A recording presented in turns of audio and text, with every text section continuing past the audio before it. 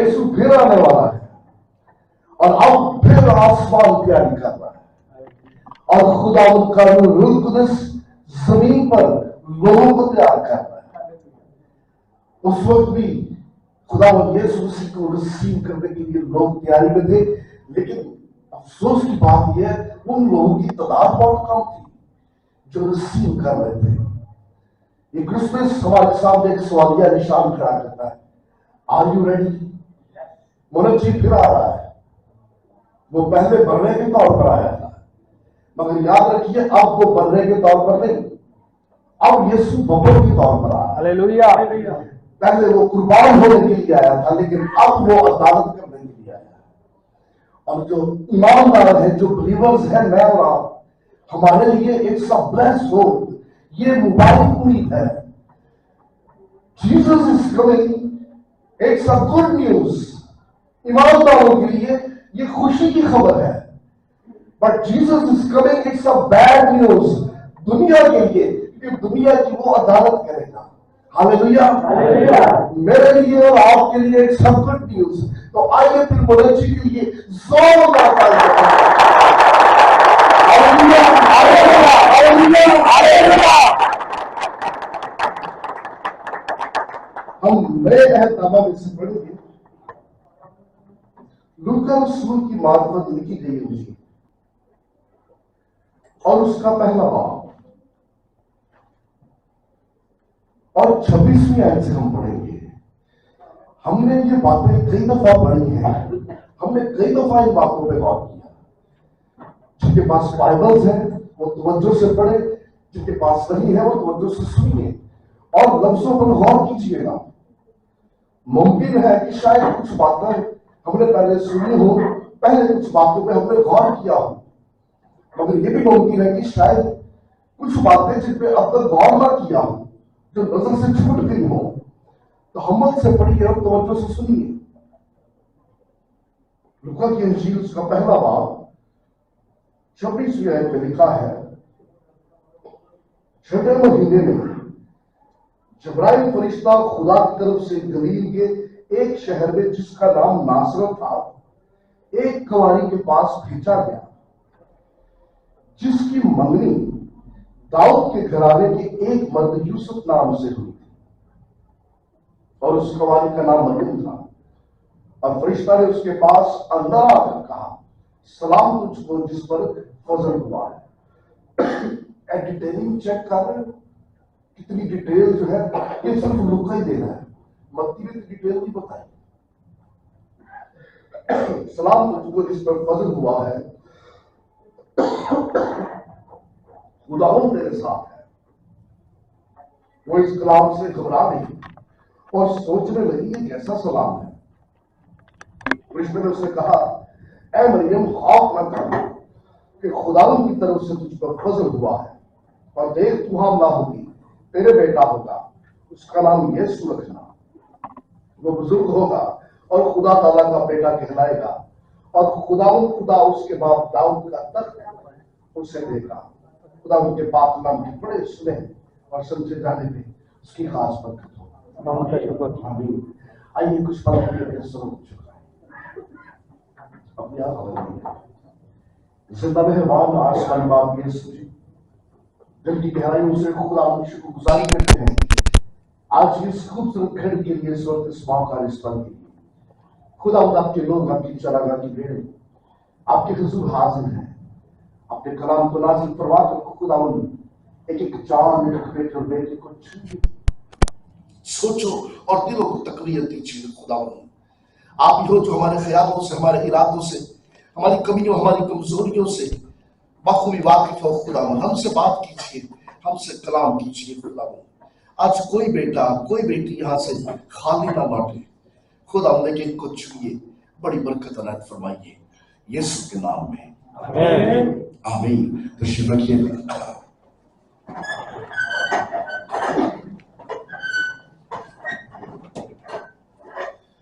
हर साल क्रिसमस के मौका पे हम जब इन बातों को पढ़ना शुरू करते हैं या इनको स्टडी करना शुरू करते हैं, दो अनाजील हमारे नुक्ता निगाह में रहती है।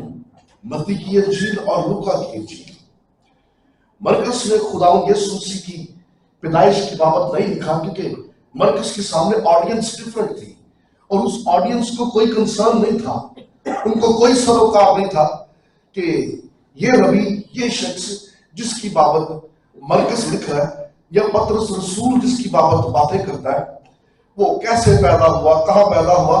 क्योंकि मरकस जब इंजील लिख रहा था रोम के मसीहों को लिख रहा था, जो ना तो बैकग्राउंड से यहूदी थे ना वो मसीही थे, वो गैर कौम वाले थे जिन्होंने मसीह को कबूल किया। अब उनके लिए जानना यह था कि यीशु जो है वो सिर्फ एक कौम, एक कबीले, एक जुबान बोलने वाले का नहीं, बल्कि वो गैर कौम वालों का भी खुदावंद है।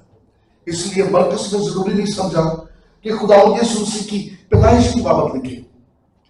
मत्ती जिनको लिख रहा है वो यहूदी है, मत्ती खुद भी यहूदी है, इसलिए मत्ती जब लिखता है तो आगाज में नस्बनामा लिखता है, क्योंकि यहूदियों के लिए नस्बनामा बड़ी अहमियत रखता है।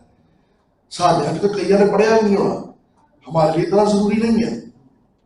यहूदियों के लिए नस्बनामा बहुत जरूरी है, क्योंकि अगर ये प्रूफ देना है कि कोई शहजादा है या किसी ने दावा किया कि वो रॉयल फैमिली का बच्चा है, तो फैमिली ट्री दिखाना पड़ेगा, आपको बताना पड़ेगा मेरा बाप कौन था, उसका बाप कौन था, हमारी फैमिली चेन, हमारी ब्लड लाइन जाके डेविड से कनेक्ट होती है या नहीं, वो सारा ट्री आपको दिखाना पड़ेगा, साबित करना पड़ेगा। अगर कोई कहावत के ओहदे पे आना चाहता है और उसकी उम्र 30 साल हो गई है, तो जब वो रबियों के सामने या सरदार कायद के सामने हाजिर किया जाता था, अपना फैमिली ट्री लेके जाता था, भाई ये मेरा बाप है, ये काहिन है, ये फला ओहदे पे है, इतना अरसा मेरे दादे में खिदमत की, ये सब काहिन थे, ये लावी थे, मैं उस घराने से, और हमारी लड़ी जाके हरून से जुड़ी है। वो प्रूफ देना पड़ेगा कि आप चूंकि पारवियों के खानदान से हो, आप चूंकि काहिनों के खानदान से हो, इसलिए गिरजे की जिम्मेदारी, खुदावंद के घर की रिस्पॉन्सिबिलिटी आप उठाने के लायक हो। मत्ती जिनको लिखता है वो यहूदी लोग हैं, इसलिए मत्ती खुदावंद यीशु मसीह की पैदाइश की बाबत तालीम देता है, बुनियादी बातें एक्सप्लेन करता है, लेकिन उसके बाद मत्ती उससे ज्यादा आगे बात नहीं करता कि मत्ती का मकसद कुछ और था। मत्ती प्रेजेंट करना चाहता कि जीसस इज किंग, यीशु बादशाह है। और उसने जब खुदावंद यीशु मसीह का नसबनामा, उसे जिसे जतायब कहते हैं, उसकी जो लड़ी है, उसे जब दाऊद से जाके जोड़ दी तो मत्ती का मकसद पूरा हो गया। अब देखो, इब्ने दाऊद ने मुंतजर सी, आप इब्ने दाऊद का इंतजार करते थे, लो आ गया इब्ने दाऊद, जिसका नाम यीशु है। ये गलीमती बादशाह नहीं, हम जज्बात में आके उसको अपना बादशाह नहीं कहते। अरे उसका फैमिली ट्री देखो, ये सचमुच का बादशाह है। मगर जब लूका लिख रहा है, लूका हर एक चीज की तहकीक करके डिटेल बता रहा है, क्योंकि लूका किसी चर्च को नहीं लिखा, लूका किसी ऑडियंस को नहीं लिखा, लूका एक थेफलस नामी शख्स को लिखा है। ये थेफलस कौन था? जिसके नाम लूका ने 2 रसाले लिखे, लूका की इंजील और अमाल की किताब। अभी लूका जब थेफलस को अपना पहला रसाला, जिसे हम लूका की इंजील कहते हैं, वो लिखता है, तो जितनी डिटेल खुदावंद यीशु मसीह की पैदाइश के बारे में लूका ने दी, मत्ती ने दी। उसकी सबसे पहली वजह तो यह थी कि लूका जिस शख्स को लिख रहा है वो शख्स सरकारी वकील था, थेफलस, और वो सरकारी वकील रोम के अंदर पौलुस रसूल का केस लड़ रहा है। अभी पौलुस रसूल जिसकी नेशनैलिटी रोम की थी, उसके ऊपर मुकदमा यह था, ये कैसर को खुदा नहीं कहता, ये यीशु को खुदा कहता है। अभी पौलुस का मुकदमा लड़ने के लिए रोमी अदालत में वकील ही कोई नहीं था। अभी चूंकि नेशनैलिटी पौलुस की रोम की थी, ये सरकार की जिम्मेदारी बनती थी कि चूंकि ये रोमी नेशनल है, अब इसको एक सरकारी वकील भी दिया, और ये आज भी है, ये पूरी दुनिया का कानून है। अगर कोई ऐसा शख्स जिस पे मुकदमा हो लेकिन उसका जाती वकील कोई ना हो, तो फिर एक सरकारी वकील दिया जाता है जो इसके हक में जरा कर सके। थेफलस नामी एक शख्स जो कि पेशे से वकील था, वो रोम में पौलुस रसूल का मुकदमा लड़ रहा है। उसको यह तो पता लग गया कि इसके ऊपर इल्जाम क्या है, ये नहीं था पता कि जिस शख्स के नाम से इल्जाम है वो शख्स कौन था। और लूका तबीब जो कि पेशे से डॉक्टर है, वो कैद खाने में पलूस के साथ है और उसकी आंखों का इलाज कर रहा है। पलूस का ट्रीटमेंट चल रहा है। लूका कहता है कि ओके फाइन, तेरे ये सुना नहीं पता, नो प्रॉब्लम, मैं जाता हूं, मैं तहकीक करता हूं और मैं जाके सारी बातें तहकीक करके तुझे ला के रसाला देता हूं, तू पढ़, तेन पता लगे हु इज जीसस और फिर तू इसका मुकदमा लड़। इसलिए लूका अपनी इंजील के आगाज में कहता है कि बथेरों ने इस बात पे कमर बांधी कि यीशु की बाबत रखी, लिहाजा मैंने भी सारी बातों की ठीक ठीक तहकीक करके तुझे ए मोसेस थेफलस ये सब बातें तहरीर की। इसलिए लूका हर एक चीज डिटेल में बता रहा है। नासरत गांव था, वहां पे मदर मैरी रहती थी। बैतलहम में जीसस पैदा हुआ, फरिश्ता आया और फरिश्ता घर में नहीं लिखा हुआ, अंदर भी आ गया, अंदर आके सलाम कर रहा है और मदर मैरी फरिश्ते को देख के नहीं डर रही, सलाम को देख के डर रही है। हर एक चीज की डिटेल, ये बातें लूका को मदर मैरी ही बता सकती है कि फरिश्ता किवें आया, किथे खलोता सी, मैं किवें डर गई, क्योंकि उस वक्त मदर मैरी के घर में मदर मैरी और एंजल उस फरिश्ते के अलावा और कोई नहीं था। कोई तीजा चश्मदीद गवाह होता तो असं कह सकते लूका ने को पूछा नहीं। इतनी डिटेल अगर लूका लिखा तो यकीनन लूका खुद जाके मां मरियम को मिला है। जो शख्स पेशे से डॉक्टर था उसके लिए ये जानना बड़ा जरूरी था, हाउ इज दैट पॉसिबल, कैसे एक बेबी पैदा हो सकता है बगैर मर्द और औरत के मिलाप के, हाउ इज दैट पॉसिबल। ये डॉक्टर साहब है, उनके लिए ये बात ये बड़ी तशवीशनाक है, इसलिए उसकी तहकीक करना बनता था। मैं खुद जाके जिसके साथ ये वाकया हुआ है मैं खुद उससे मिलता हूं, उसकी गवाही क्या है इस हक में वो आप पता है। और ये मदर मैरी को मिला जाके, मदर मैरी ने ये सारी डिटेल इसको बताई और इसने उन तमाम मालूमात, उन तमाम डिटेल्स को यहां पे कलमबंद कर दिया। लेकिन मैं जब इस सारे पैसेज को पढ़ता हूं, मैं जब यहां पे दानिश भाई फरिश्ता का मैसेज सुनता हूं, वो फरिश्ते का मैसेज उस रोज मदर मैरी के लिए नहीं, फरिश्ते का वो पैगाम आज आपके लिए और मेरे लिए भी। आमीन, हालेलुया। और वो पैगाम ये था, खौफ ना कर, खुदा तेरे साथ है, खौफ ना कर। ये आज इस शब्द के नीचे मौजूद हर एक बेटे, हर एक बेटी के लिए है। This is the Christmas message for you. खौफ ना कर, खुदा तेरे साथ है। चंद एक बातें इस सारे पैसेज में जो बड़ी ही काबिल गौर अलमास भाई, आप गौर करो इन बातों पे। आज फरिश्ता आ गया एंड मदर मैरी नहीं डरी। ऐसी फरिश्ता जो जकरिया के कोल गया सी, जकरिया डर गया सी फरिश्ते का जवाब देख के। इसका मतलब कि मदर मैरी अगर फरिश्ते को देख के नहीं डरी तो फरिश्ता अपने जलाल में जाहिर नहीं हुआ। फरिश्ता ऐसे ही जाहिर हुआ like a normal person, normal man. Mother Mary फरिश्ते को देख के नहीं डर रही, सलाम को सुन के डर रही, क्योंकि जो शख्सियत बात कर रही थी वो शख्सियत अजीब नहीं थी, उसका अंदाज गुफ्तगू अजीब था। और लिखा हुआ अंदर आकर उसने सलाम किया और वो डर गई, अरे ये कैसा सलाम है, क्योंकि आज तक मदर मैरी को इस तरह कभी किसी ने सलाम किया ही नहीं। यहूदी कल्चर में आते जाते शालूम कहते थे। शालूम का मतलब तुम्हारी सलामती हो, सलामती तुम पर ठहरे। लेकिन अब जबराइल आया है और अब जब जबराइल आया है, जबराइल भी सलामती भेज रहा है। लेकिन जबराइल ने किस तरह से सलामती भेजी, आज तक मदर मैरी को इस तरह से कभी किसी ने सलाम नहीं किया। हम ग्रीक बाइबल में जब देखते हैं तो वहां पे सलूट लिखा हुआ, रॉयल सलूट। जिस तरह से शाही खानदान के बच्चों को झुककर सलूट किया जाता है, जब जबराइल घर के अंदर आया और जैसे मदर मैरी को देखता है वो उसको झुक के सलूट कर रहा, सलाम तुझको। इसलिए ये सलूट क्योंकि तुझ पर फजल हुआ है। और वो देख के ताज्जुब कर रही है, अरे ये कैसा सलाम है, मैं तो रॉयल फैमिली से भी नहीं, मैं तो तख्त और ताज पे भी बैठने वाली नहीं। तो फिर ये ऐसा सलाम क्यों जिस तरह से शाही खानदान के बच्चों को सलाम किया जाता है। ये सलूट इसलिए, ये सजदा इसलिए क्योंकि तुझ पर फजल हुआ है। तो इसका मतलब नवाज भाई, हर वो शख्स, हर वो बेटा, हर वो बेटी जिस पे फजल हो जाता है, आसमानी क्या जमीनी मखलूकात भी उसको झुक के सलाम करती है क्योंकि तुझ पर फजल हुआ है। Hallelujah, hallelujah. इसको तुम फजल लोग हो। आपका स्टेटस, आपका रुतबा जबराइल से कहीं बढ़कर है। फरिश्ते आपको देख के सलाम करते हैं, सलूट करते हैं। पौलुस रसूल अपने खतों में लिखता है, एंजल्स हैज नो रेवलेशन, फरिश्तों के पास मुकाशफे नहीं है। कभी किसी फरिश्ते ने आज तक जिंदगी में नहीं कहा आई लव यू जीसस।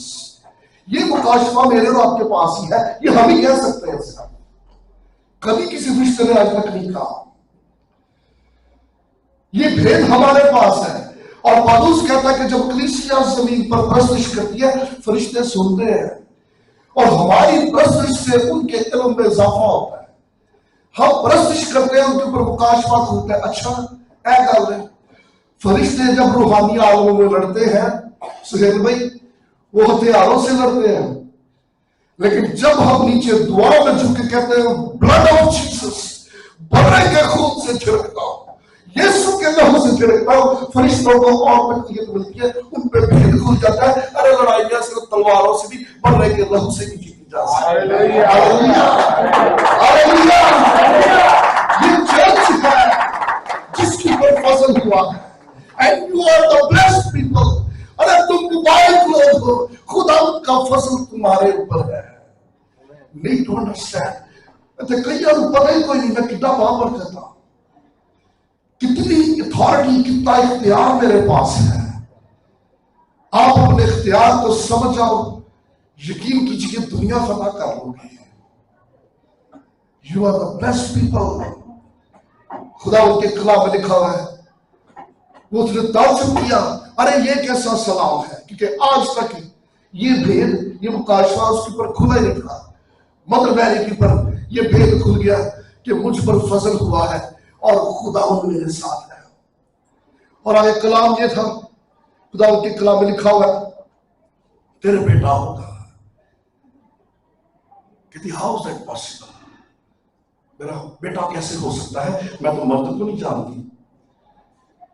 ज्यू कल्चर में मंगनी और निकाह एक और ही वजह है, प्रोपेशो के अलावा कोई मजाक नहीं है वहां पे। अब इसको बार बार कहा गया यूसुफ की ये मंगेतर है, यूसुफ इसका मंगेतर है, तो रस्म हो चुकी थी, रुखसती बाकी थी। होता क्या है यहूदी कल्चर में कि जब मंगनी होनी होती है वही निकाह होता है। लड़के वाले आते हैं, दूल्हा भी साथ आता है और हैकल में से एक काहिर भी साथ आता है, और ये निकाह नामा साथ लेके आते हैं लड़के वाले, प्रॉपर डॉक्यूमेंट रेडी करके आते हैं और कुछ पोर्शन नीचे छोड़ दिया जाता है।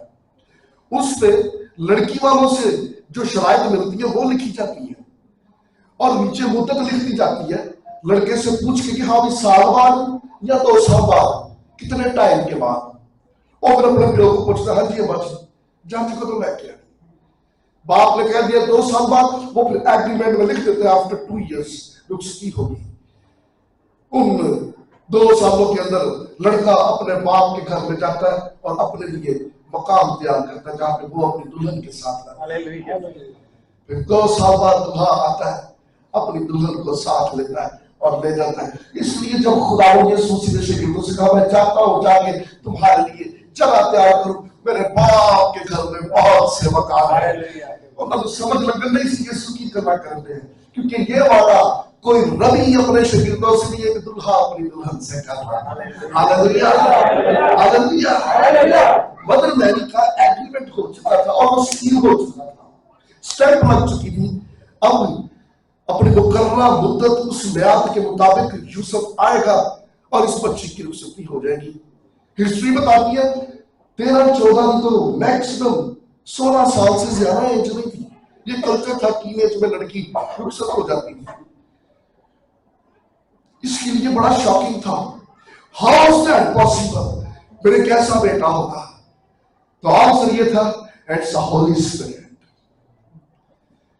रूह कुदस की कुदरत से वो मालूद मुकद्दस खुदा का बेटा कहलाएगा। ये जो लफ्ज है मालूद मुकद्दस, it's a very special word. बड़े अंबिया आए, मालूद तो हुए लेकिन कोई मालूद मुकद्दस नहीं था। He is the only one जो आ रहा है और टाइटल ये है, ये मालूद मुकद्दस है। ये जो जन्म ले रहा है, he is the Holi one, he is pure, he is blessed. अरे ये मालूद मुकद्दस है। और आ कैसे रहा है? With the power of Holi spirit, रूह कुदस की कुदरत से। और अंदाजा करो, रूह कुदस कितना पावरफुल थे। तस्लीस का तीसरा कानून, बाप, बेटे और रूह कुदस, होली स्पिरिट। रूह कुदस की कुदरत, रूह कुदस का जोर, रूह कुदस का इख्तियार, रूह कुदस की power, it's a Holi spirit. रूह कुदस की कुदरत से वो जात जो वक्त की हदों से बाहर थी, अपनियत में रहती थी, रूह कुदस ने उस जात को अपनियत से पकड़ा और वक्त की हदों में ना उतारा। It's a Holi spirit. ये रूह कुदस है। अगर रूह कुदस स्टेप बैक हो जाता तो इसका मतलब यीशु मुझे सुनना होता, रूह कुदस की कुदरत चाहिए। और ये रूह कुदस आज हर एक ईमानदार से है। कोई स्पेशल बपतिस्मा नहीं होना, किसी बिशप ने आके कोई हाथ नहीं रखना, किसी पादरी में आके कोई होली स्पिरिट ट्रांसफर नहीं करना। ये रॉन्ग थियोलॉजी है। हर वो शख्स जिस दिन मसीह यीशु को निजात दहिंदा कबूल कर लेता है, रूह कुदस उसी दिन आपकी जिंदगी में आ जाता है। You are a spirit filled people. अरे आप रूह कुदस से मामूल लोग हो। हर एक ईमानदार, हर एक निजात याफ्ता शख्स अपने साथ रूह कुदस की कुदरत के लिए फिरता है। ये वही रूह कुदस है जिसकी कुदरत से मालूद मुकद्दस जो है वो दुनिया में आ रहा है। He is so powerful। रूह कुदस की अहमियत, रूह कुदस की अथॉरिटी, रूह कुदस के इख्तियार को समझिए। तो नाल किड़ी शख्सियत टूरी फिर दीजिए जो नजर नहीं आती मगर वो है। एक अनदेखी कुवत, अनसीन पावर, एक अनसीन अथॉरिटी जो आपके साथ, आपके आगे पीछे आपको संभाले हुए है। प्रदेश में अगर अब तक कायम हो, संभले हुए हो, with the help of Holi spirit. कहीं पे कुछ हाथ ऐसे हैं जो दुआओं में उठे हुए हैं। Who is holding you? He is Holy Spirit। रूह कुदस, खुदा की कलाम में लिखा है, फरिश्ते ने उसको तसल्ली पर कैसे दी? रूह कुदस तुझ पे नाज़िल होगा और वो तुझे घेर लेगा। रूह कुदस नाज़िल होगा और वो तुझ पे साया डालेगा। साया डालने के लिए जो ग्रीक वर्ड है अफिकोमाए। अफिकोमाए का मतलब है दानिश भाई हक कर लेना। पंजाबी जैसे कहते हैं जबड़ा मारना। किसी छोटे से बच्चे को आप यूं पूरी बाहर फैला के हक करो, जोर से जबड़ा मारो कोट के, वो बच्चा रुक जाना है, वो चुप जाता है आपकी बाहों में, नजर नहीं आएगा, आप ही आप नजर आओगे। और जबड़ा यूं कह रहा है कि रूह कुदस आएगा, रूह कुदस तुझ पर नाजिल होगा, रूह कुदस तुझ पर साया डालेगा। साया डालने के बाद तुझे आगे से पीछे से चारों तरफ से रूह कुदस ही घेर लेगा।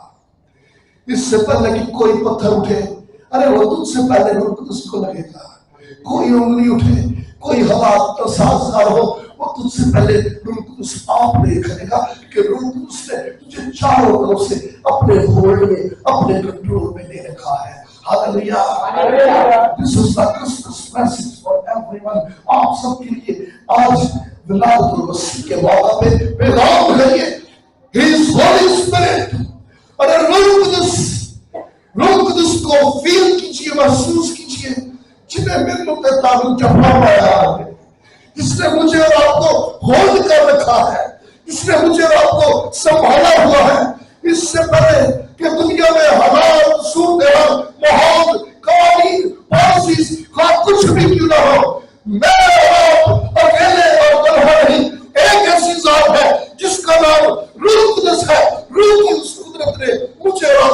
चारों तरफ से अपनी तहरीर में, अपने कंट्रोल में ले रखा है। हालेलुया, हालेलुया, आगे खुदा के लिए जोर।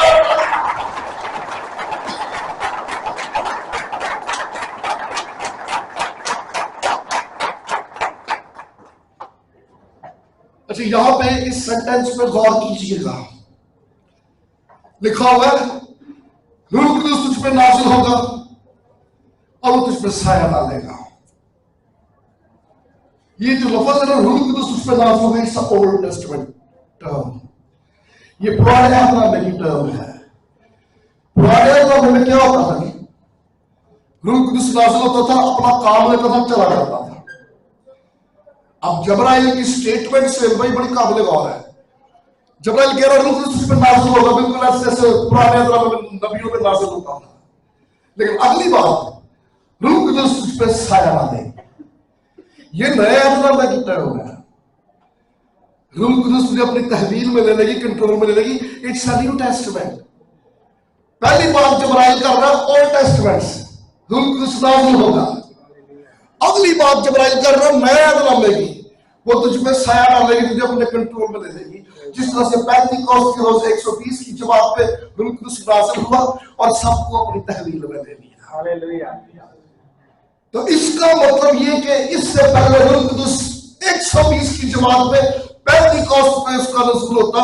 She is the only lady जिसने उससे पहले रूह कुदूस के उस जलाल का मजा ले लिया। हालेलुया, हालेलुया, जिसने रूह कुदूस की उस कुदरत, रूह कुदूस के उस इख्तियार, रूह कुदूस के उस जोर का मजा उससे पहले चख लिया था, इससे पहले कि चर्च रूह कुदूस से मौजूद होता।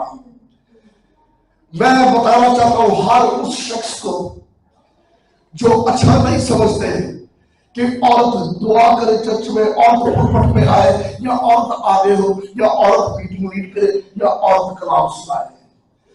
This is the straight message. अरे ये वाज़िह कलाम है अनाजील में से। ये इंसानों के बनाए हुए इम्तियाजात है, खुदा इम्तियाजात नहीं करता। जे किसी नु शके आओ पढ़ो लूका की इंजील and look at mother Mary. Mother Mary से ये मुलाकात कीजिए। ये रूह कुदूस की मामूली इससे पहले के पतरस को मिलती, इससे पहले अंद्रयास को मिलती जिन्होंने चर्च लीड किया बात, इससे पहले कि तुमा को मिलती जिन्होंने हमारे शरीर आ गया सारे को। इन सबसे पहले रूह कुदूस की मामूली एक औरत को मिली है, उसका नाम मदर मैरी है। Hallelujah, hallelujah. ये चर्च में दीवारें हमने खड़ी की है, कलाम ने नहीं खड़ी की। खुदा सबको इक्वली देखता है, खुदा सबको एक नजर से देखता है। उसने मदर मैरी को रूह कुदूस से भर दिया। रूह कुदूस ना सिर्फ नाज़िल हुआ बल्कि रूह कुदूस ने उसको चारों तरफ से घेर लिया। आमीन। लिखा है ये सब कुछ पता क्यों सिस्टर जी हुआ, तुझ पर फजल हुआ है। That is the reason. अच्छा, यहाँ पे जो ग्रीक बाइबल में देखो ना, तुझ पर फजल हुआ, ये जो सेंटेंस है ये बड़ा स्ट्रेंज है। ग्रीक ग्रामर में एक टेंस यूज करते हैं, एओरिस्ट tense.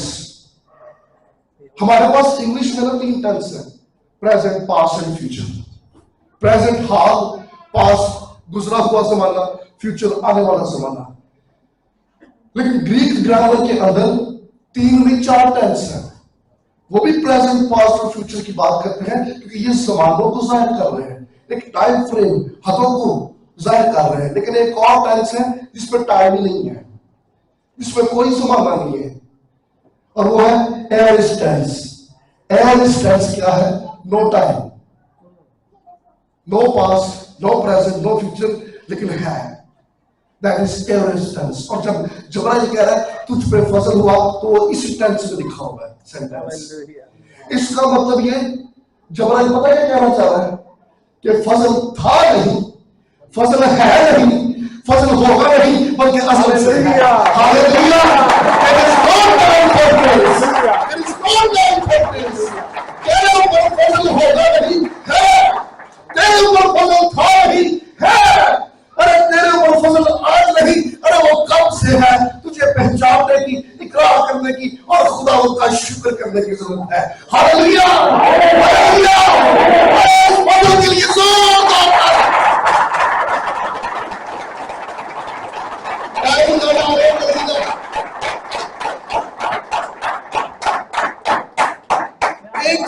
silence down this place, very strange.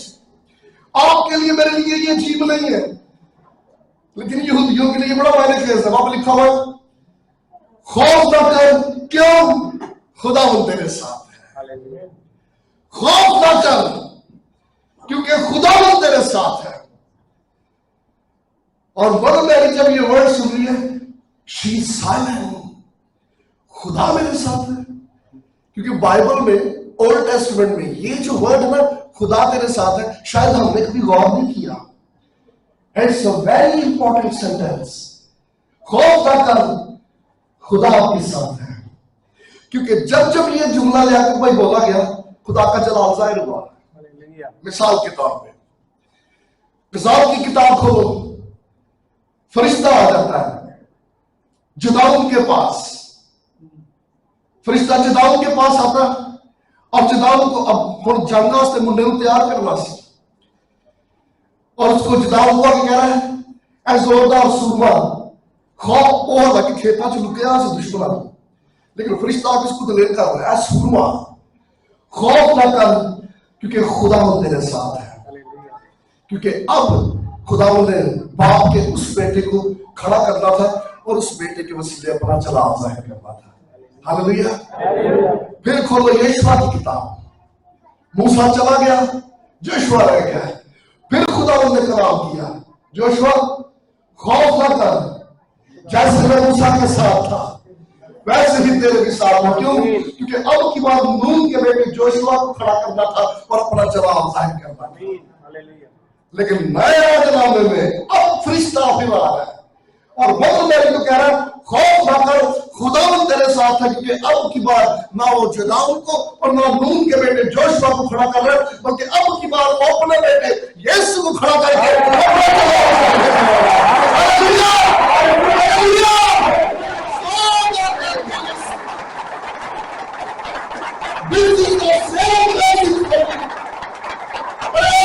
Christmas के बाद में यही पैगाम है, खौफ ना कर, खुदावंद तेरे साथ है। क्योंकि अब की बार वो तेरे वसीले अपना जलाल दिखाएगा। Are you ready? अरे क्या तुम खुदावंद के लिए तैयार हो? क्या तुम तैयार हो कि खुदावंद मुझे इस्तेमाल करे? क्या तुम तैयार हो खुदावंद की आमद के लिए कि अब की बार वो बैतलहम में किसी चरनी में नहीं आएगा। अब की बात तो वो बादलों के रथ पे सवार होकर आएगा और चर्च को हवा में उड़कर उसका इस्तेमाल करना होगा। Hallelujah, hallelujah. हम सब अपने कदमों पे खड़े हो, खुदावंद की शुक्रगुजारी करें, खुदावंद के नाम को मुबारक करें।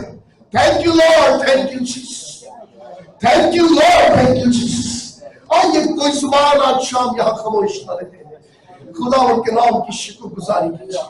Praise hallelujah Jesus, glory Jesus.